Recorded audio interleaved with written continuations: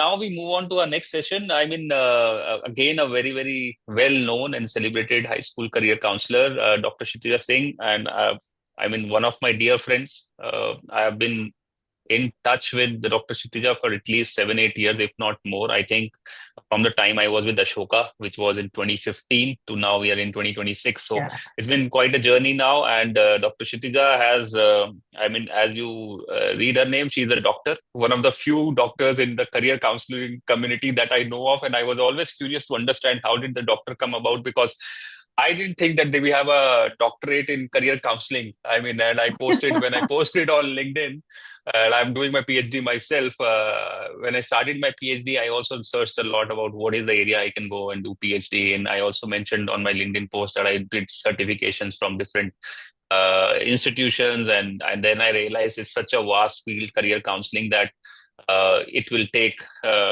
It cannot be done in one PhD. You will have to have multiple PhDs, and taking one PhD is the easier thing out of all the things that you have to do to become a career counselor. But Dr. Kshitija is a very, very celebrated, very well known. She has been doing some dedicated work. She is currently the high school career counseling lead at Welham School in Dehradun, a very, very prestigious school. And Doctor has been doing some great, great things with the students. So mobility, we all know the legacy of Welham's, but to continue building on that legacy and then send students across. I walked into her room. I remember I was there in May, and I had such a lovely memories and thank you cards from her students, and such a well organized room.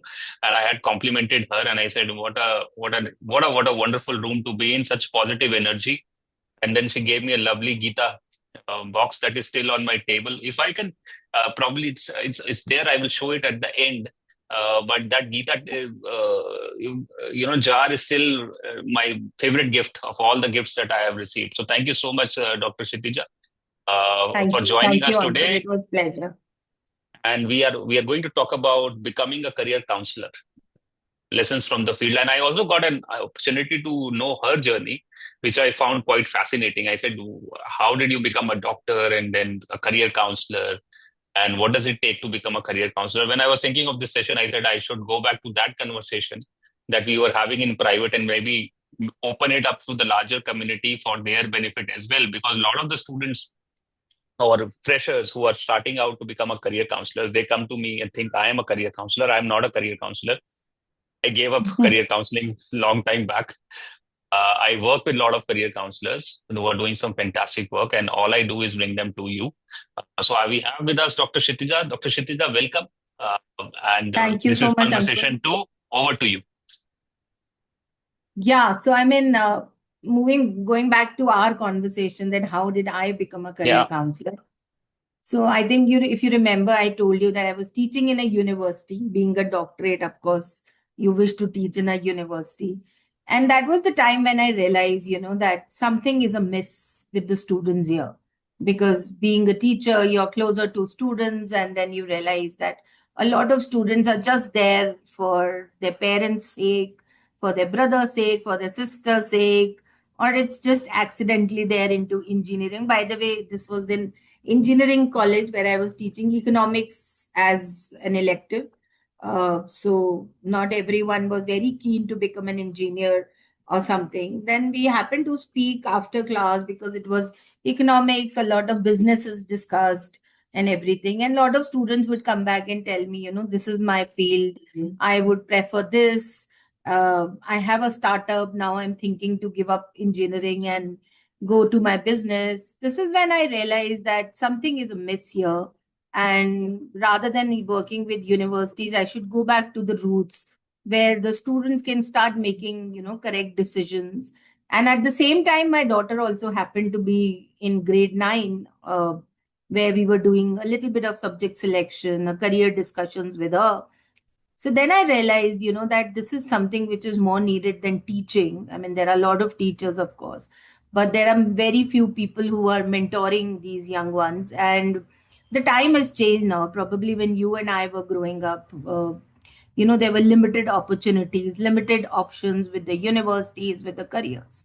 But time has changed now. It is like a lot of uh, opportunities, lot of universities, lot of options available, which is, I think, more confusing to students. So that was the time when I started. I went back, I left my university job and I went back to school. And I started, of course, as a freelancer, but eventually I got an opportunity, my first opportunity as a full time counselor at Hopetown Girls. And that's when I started. And believe me, it was the most satisfying work I had ever done in my career. I've been into education for good about 20-22 years. And then I thought this is satisfying because when you see a happy and a successful child, that is the most satisfying thing to do. When the parents are satisfied, they feel that somebody is taking care of their kids, somebody is mentoring. And sometimes you have to be as a bridge between the parents and students because of the different aspirations. So yeah, that's a bit of my journey where I'm very happy to be. Most of the people moving forward think like moving from school to college and henceforth, but I feel when I stepped back and came back to school, I feel that was the right decision I made. And I really love being with the kids, helping them around. Their little words of satisfaction gives makes my day. And yeah, that's my journey.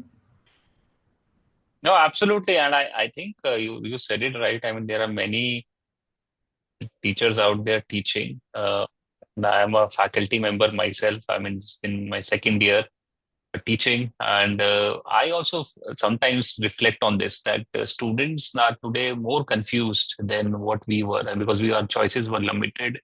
And where do they go to discuss and find mentors is a very big gap. So there is a dire need of career counseling, not only at the high school level, but even at the university level. I mean, Yes. what, I am pretty sure that we need career counselors in universities who guide them on, okay, what kind of careers, what kind of courses, are you in the right field? Because they come to me because, well, again, they see me as somebody from the higher education sector. So I try to help them. But you are also really nice thing that you mentioned. I mean, moving from universities back to school because of the impact that you felt you would be able to create uh, uh, is amazing. And generally, I mean, people in schools want to do a doctorate, move on to universities and do a higher education. And I mean, schools are in the ladder. It is like, okay, school is a bit lower than what a university position should be. But that is Yeah. so, again, you are again a living example of how, if you want to make an impact, it is so nice to start at any level. It can be school level, it can be at university Yeah, level, yeah. at technical level. So why don't Of course, you? I I mean, mean, Dr. Kshitija, just I mean, you may you remark, but I also want to put in a question here. So you got inspired, you saw something in your classroom, and you went back. How did this journey start? I mean, how did you started learning about career counseling? What was the journey like? Your early years as a career counselor? yeah, so I remember when I started back in 2015, as you had mentioned in your LinkedIn post, I started with my experience, but then when I reached out to people, and unfortunately, degrees matter in India. So, unfortunately, a lot of people would ask me, have you done a certification? Have you done a this? Then I thought, okay, let me do I told them, see, I am coming from the universities. I have an experience, but they, no, no, but you're not certified or something. I said, okay, then that's when UCLA certification came in. That was the only good thing at that time. So I did that just to have a certification. But in my first job, when I met my mentor, the principal of Hopetown Girls, Mrs. Narula, when I was sitting across with her on the table, and I told her the same thing that though I have a lot of experience, but yes, I have a certification also now. She said that her few words still remain with me forever. I think they're going to be etched with me. She said, Shitija, these certifications does not matter if you do not want to keep learning. She Yeah, said, any certification, any degree wouldn't matter until unless you have a practical exposure. The more you will work with students, the more you will learn. And this is what has been happening since 8, 9 years, ever since I met her. She said, because, and that's true, because every student is unique. no certificate, no literature can teach you to deal, unique students. Every student is unique, their requirements are unique, their situations are different. So every time you have to, have to kind of unlearn and relearn for that particular student.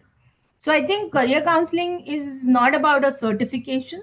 You do 10 certifications, but if you're not interacting with students, it won't be helpful. So it is all about how much you deal with students, how much you are, working along with them on their pathways, figuring out an each unique pathway for a student. That's where I think that is what career counseling is. You evolve on every single day basis. I mean, you can't just there should be no career counselor who should say I know everything. You possibly can't know everything. And in No, today's absolutely. world where every year the thing is changing and everyone is requiring something unique, something different advice from you.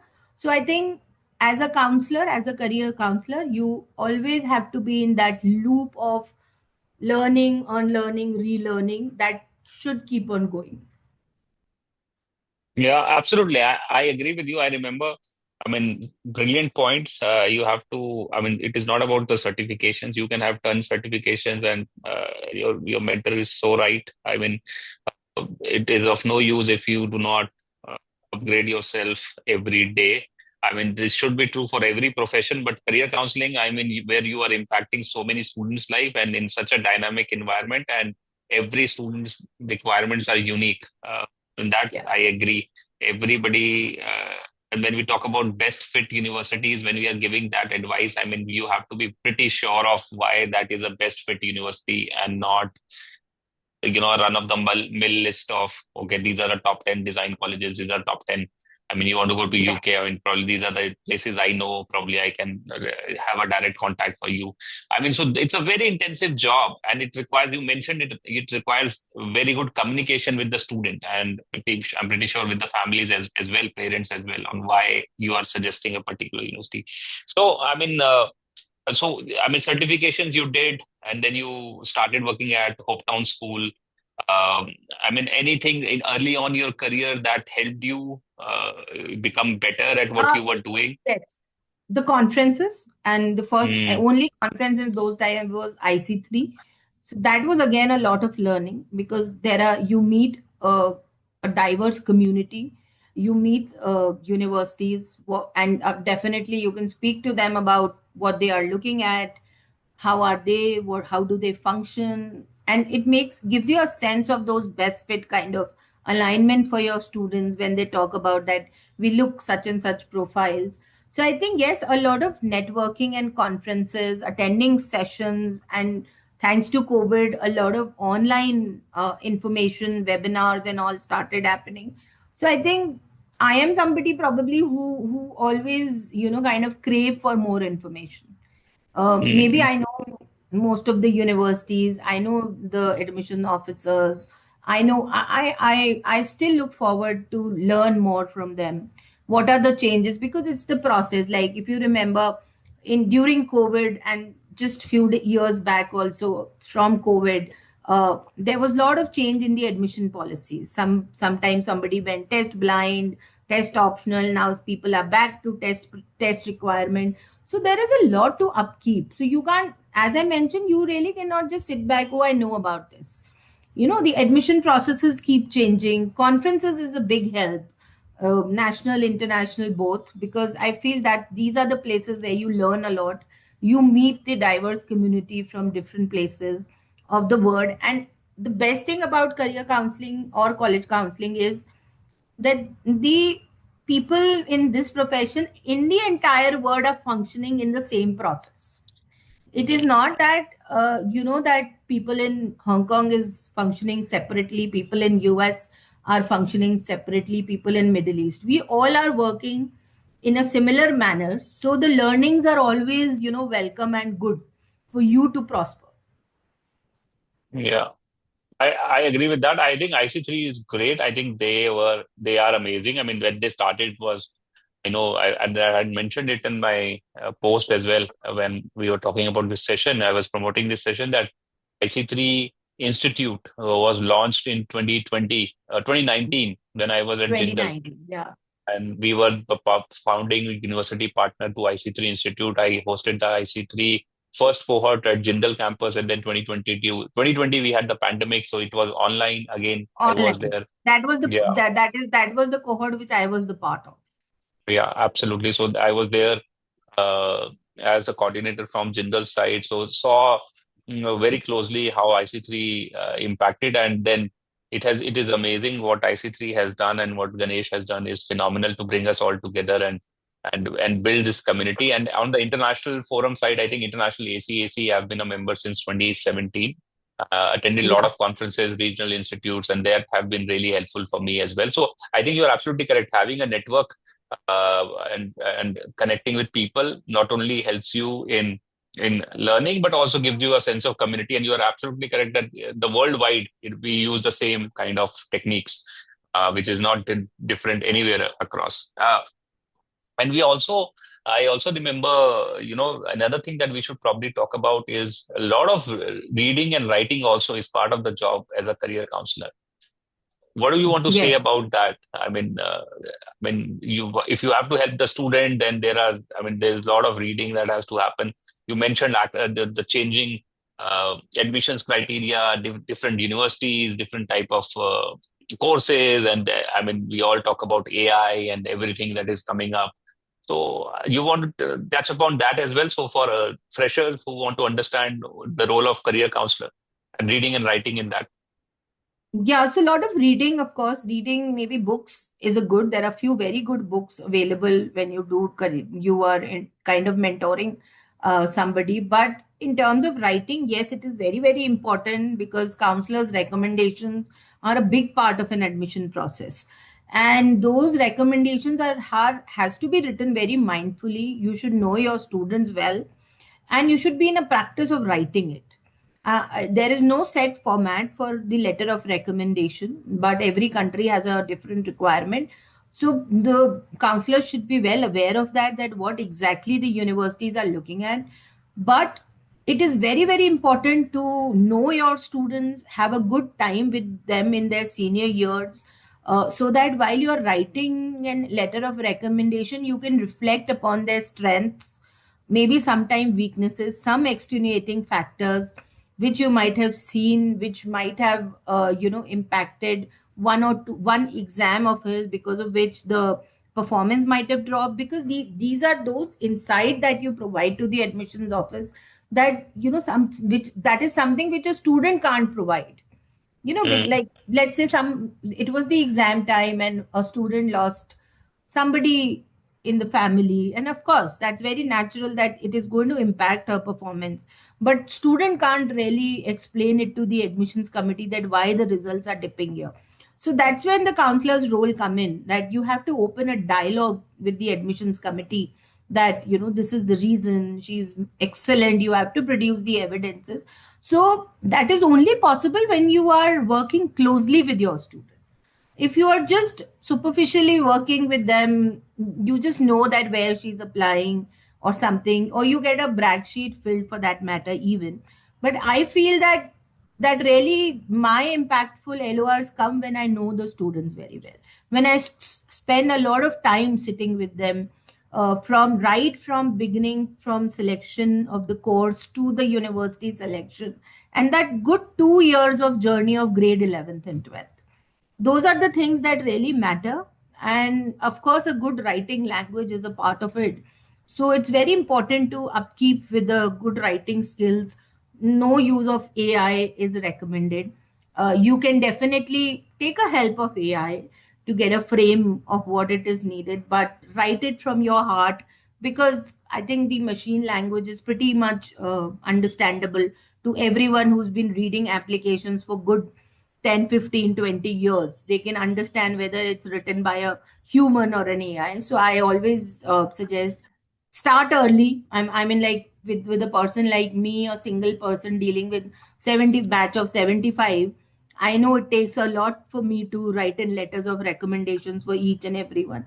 Then I start early because I know my students. I will not wait. These, like, I just finished my vacations And I have a framework of almost all my letters of recommendations. I just need to polish them and send it to the universities while I do that.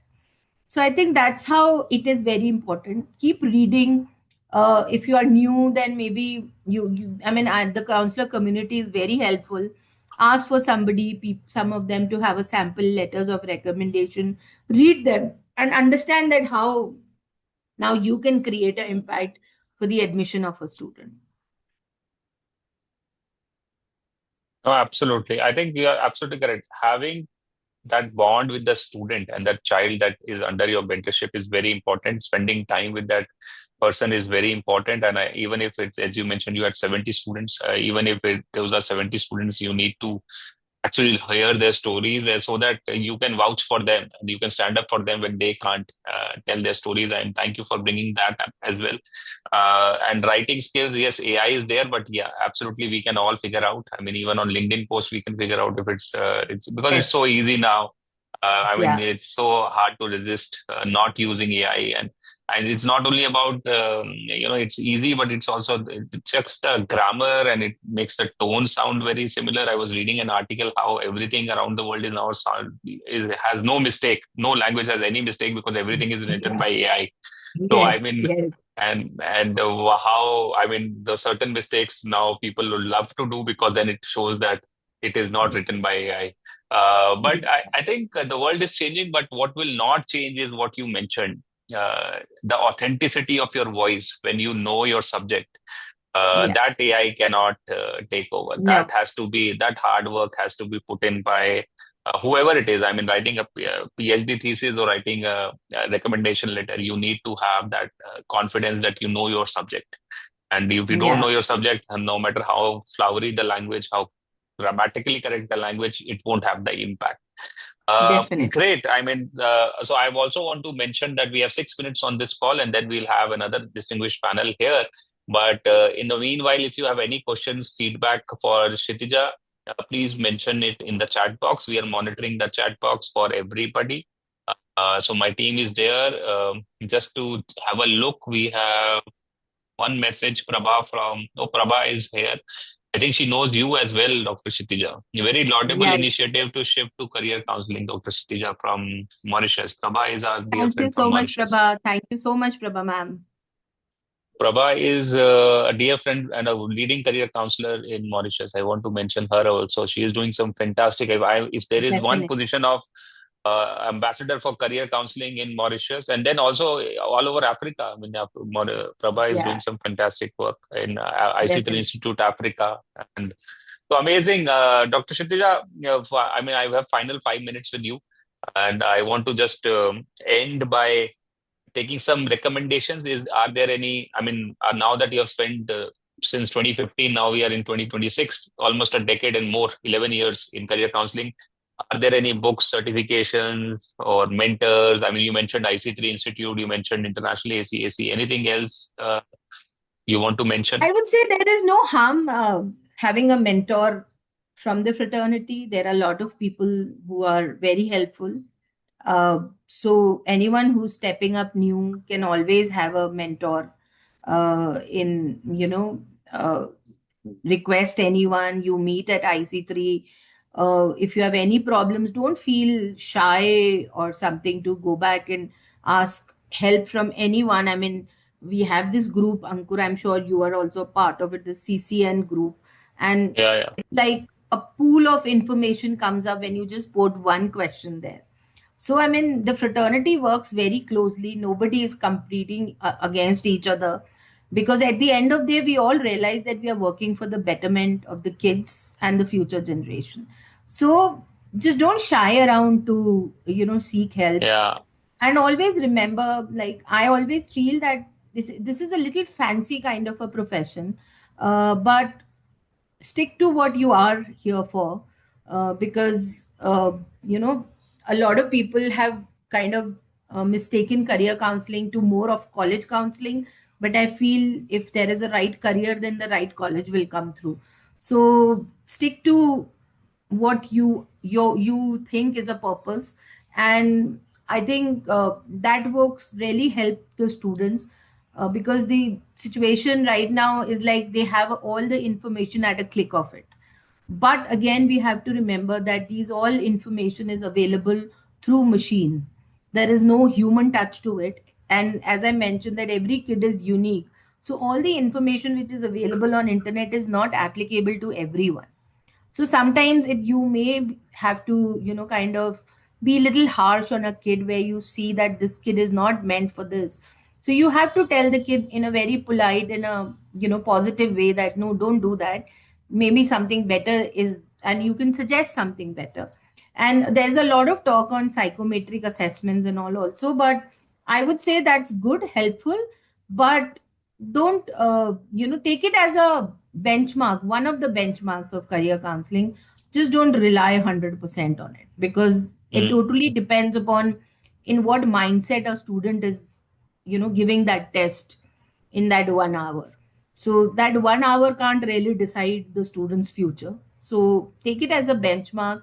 But I feel the more of discussions with the career counselors uh, is helpful for the students. And for the new ones, especially, my advice would be that if you just feel stuck anywhere, don't hesitate to take help from the seniors.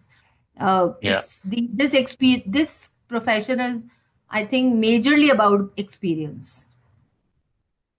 No, Uh, absolutely. And I think a couple of things that you want to say, add some no, no, this is whatever you are learning. I have learned has come from the experience. you know experience. Learn by doing. yes, yeah, learn by doing, because this is, Must. as I mentioned, no certification. Of course there are very good certifications. Unfortunately, we live in the world where certifications are necessary to prove your worth, but that's okay, do it. But ultimately, I'm sure no certification will teach you more as the learning would do. Working No, would do. absolutely. And having, I mean, what you mentioned in the earlier part of your comment, having the right motivation to be in this profession. I'm not college counseling only, or I mean, because there's a lot of glamour around in that role as well. I Yes, mean, a lot of people see counselors traveling and on trips to UK and Europe, and I mean, all of those things, and that can enamored by that glamour that we see. But I mean, the hard work behind making those visits productive has to be put in. And once you are back, then ensuring that that knowledge is put to use for your students is also very yes, important.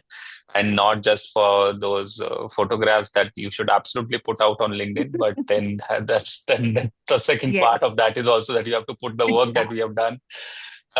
So great. I mean, I'm so happy. I just want to take a couple of questions if there are in the chat before you leave, Dr. Stija.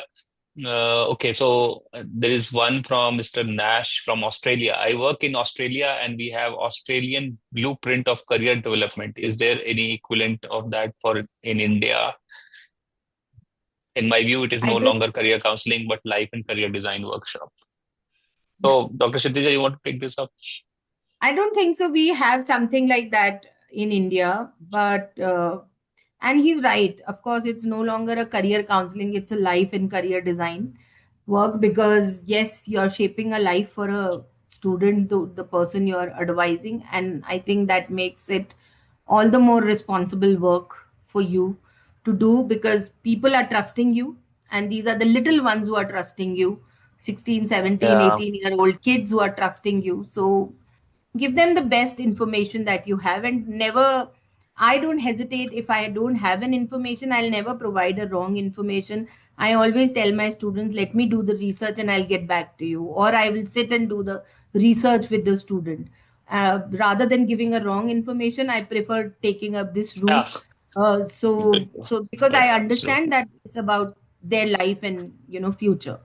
So, and there's absolutely no harm in it, because as I said, that this profession is can't be said that I know everything. There is no such area in this profession.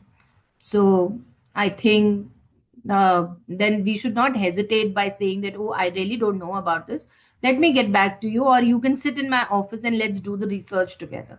I'll also learn the new thing. So I follow that perspective, and that helps. Thank you so much. That's why it makes you one of the leading career counselors in the country. Thank you so much for all that you do. Unfortunately, that's the time we had. Yeah. Thank you, Dr. Kshitija. It's always an honor and a pleasure to talk to you. Thank you for sharing your expertise, knowledge, and your journey. More power to you.